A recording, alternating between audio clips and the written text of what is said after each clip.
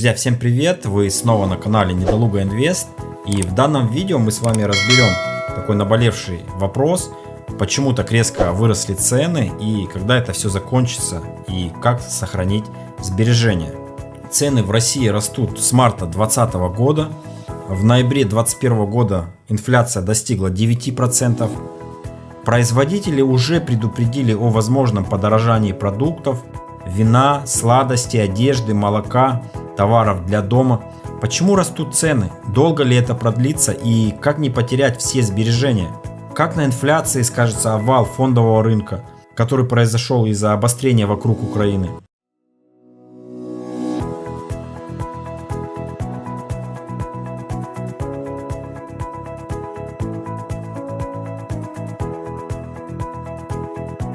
Федеральная служба госстатистики, то есть Росстат, она оценивает инфляцию по средним ценам продуктов и услуг в очень широкой потребительской корзине, и на практике ни один человек все эти товары он не покупает.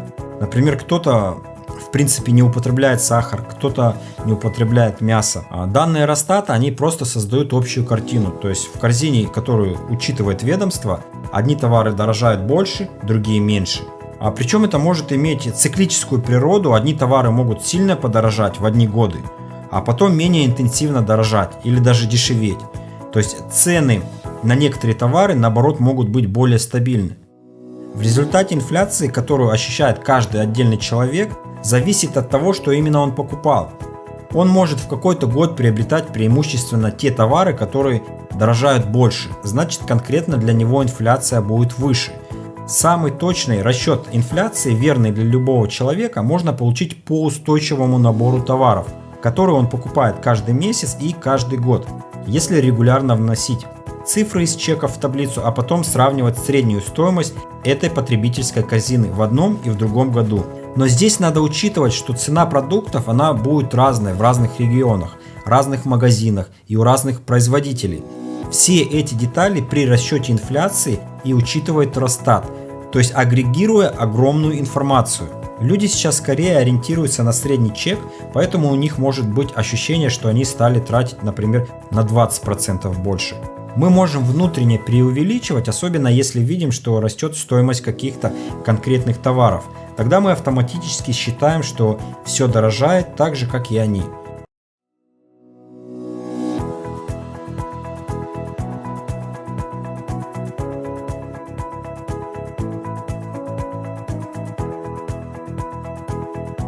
Наблюдаемый сейчас рост цен – это прежде всего отголоски пандемии. Когда она началась, большинство государств начали проводить политику локдаунов. Это затормозило производство в некоторых отраслях. Цены – это пропорция обмена между всеми деньгами, которые есть в экономике, и произведенными товарами. В пандемию же товаров стало меньше, а денег больше, потому что власти закрыли людей по домам и начали поддерживать экономику, выпуская дополнительную денежную массу. Вначале это не проявилось, у людей были ограниченные возможности тратить полученные деньги. Эти деньги пошли на фондовый рынок, где можно покупать активы, не выходя из дома. В результате пандемии на фондовом рынке после первоначального обвала быстро сменилось бумом. Далее, по мере того, как у людей появлялась возможность тратить деньги, которые они получали от государства в качестве поддержки, все приводило к росту цен. Эта история даже не столько про нас, сколько про западные страны, прежде всего США, где людей закрыли на локдаун и дали им денег. Так что мы сейчас говорим о долларовых ценах. Нашу страну это тоже затронуло, но, наверное, не в такой степени. У нас политика поддержки экономики была куда менее щедрая. Локдаун был менее суровый, поэтому производство просело не до такой степени. Но если на мировых рынках цены растут, то наши производители вынуждены покупать оборудование, сырье и отчасти даже иностранную рабочую силу по более высоким ценам, чтобы продолжать производство. Дополнительные издержки они вкладывают в свои рублевые цены. Это называется импортируемой инфляцией.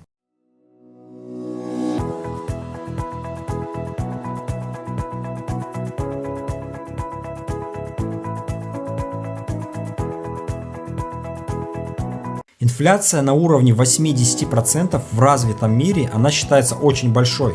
Например, в США такая инфляция наблюдалась 40 лет назад. А на протяжении последних десятилетий в развитых экономиках была умеренная инфляция, которая держалась примерно на уровне экономического роста, около 2% в год.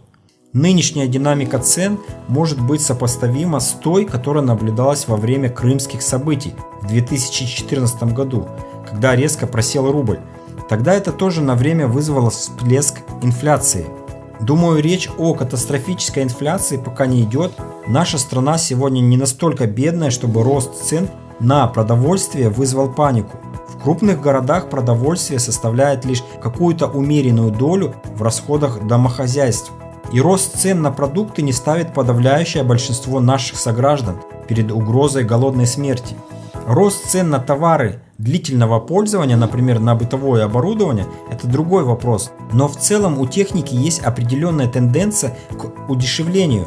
Из-за постоянного прогресса быстро происходит моральное устарение вполне нормальной техники, и это делает ее достаточно доступной.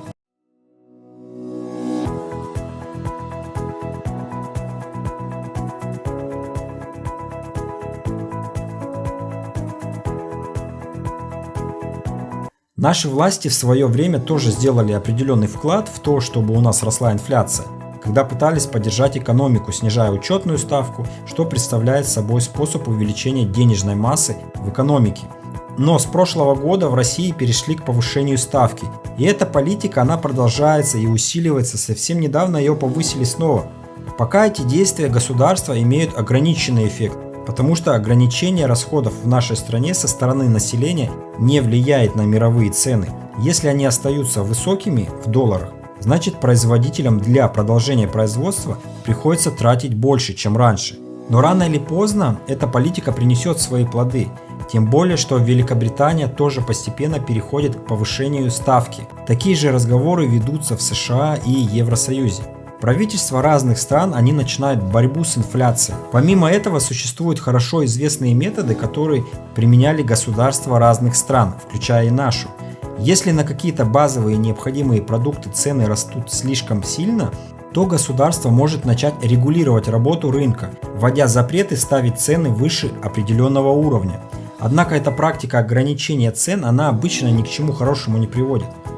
Если государство просто диктует продавцам, по каким ценам им продавать товар, это скоро приводит к тому, что на рынке образуется дефицит.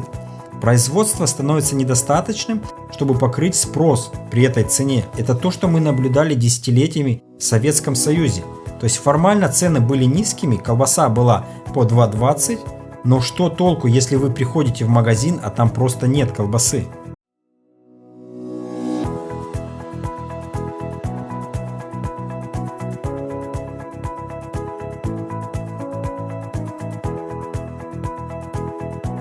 Рынков много и все предусмотреть нельзя.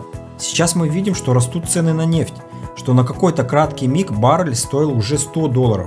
Таких цен не видели с 2014 года. Не очень понятно, насколько этот тренд устойчив, но, видимо, цены на нефть они будут высокие. Тогда цена и всей транспортировки товаров будет высокой, и мы получим продолжающийся рост цен. Если девальвируется рубль, все импортное подорожает. Цены, конечно, могут перестать расти, но для этого, конечно, нужно, чтобы наступила какая-то определенность, восстановились логистические цепочки и как-то восстановилась миграция. И, к сожалению, чтобы инфляционные процессы замедлились, нужно еще какое-то время. Плюс время на то, чтобы люди привыкли к этому, что инфляция маленькая, что цены растут мало, что не надо каждый следующий год превентивно повышать цены на продукты, не надо требовать больше зарплаты. Лучше всего, когда цены чуть-чуть растут, то есть рост в 1-2% это считается нормальной инфляцией, которая указывает на обычные изменения, например, что нам сегодня перестали нравиться одни продукты и начали другие. Если все цены начнут падать, если начнется широкая дефляция, то в этом не будет ничего хорошего.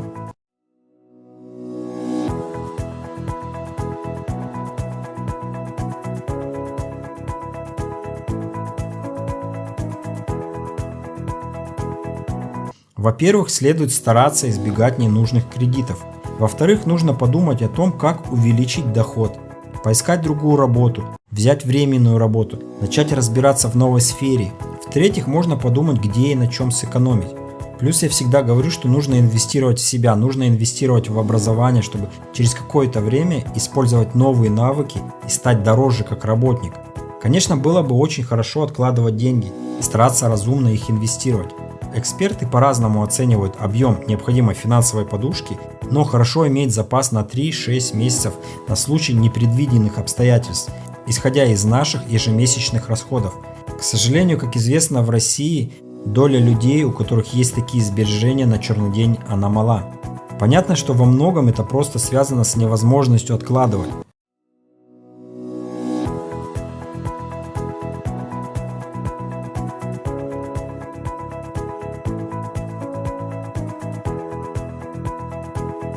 Мы видели сопоставимое падение фондового рынка в декабре 2014 года и знаем, что через какое-то время рынок отрастал. Поэтому нынешняя ситуация, скорее всего, обратимая. Понятно, что дальше будет там много внимания к политической ситуации, заявлениям, разговорам. Фондовый рынок и обменный курс будут болтать до тех пор, пока на горизонте не появится какое-то решение проблемы. В краткосрочной перспективе ситуация на фондовом рынке, она напрямую не повлияет на инфляцию. Но если ощущение болтанки не вялотекущей, а в режиме нагнетания, то продлится дольше, чем несколько дней. То появится еще дополнительное инфляционное давление. Из-за большой неопределенности у любого производителя, который в силах чуть-чуть поднять цены, появится стимул это сделать, чтобы обеспечить себе подушку безопасности на сложные времена. Я не могу сказать, насколько сильным будет это давление, все зависит от того, как долго продлится ситуация и насколько она будет нервной. Ребят, я думаю, на многие вопросы ответил. Вы были на канале Недолуга Инвест. Не забудьте подписаться, поставить лайк, написать комментарий. Всем пока и до новых встреч.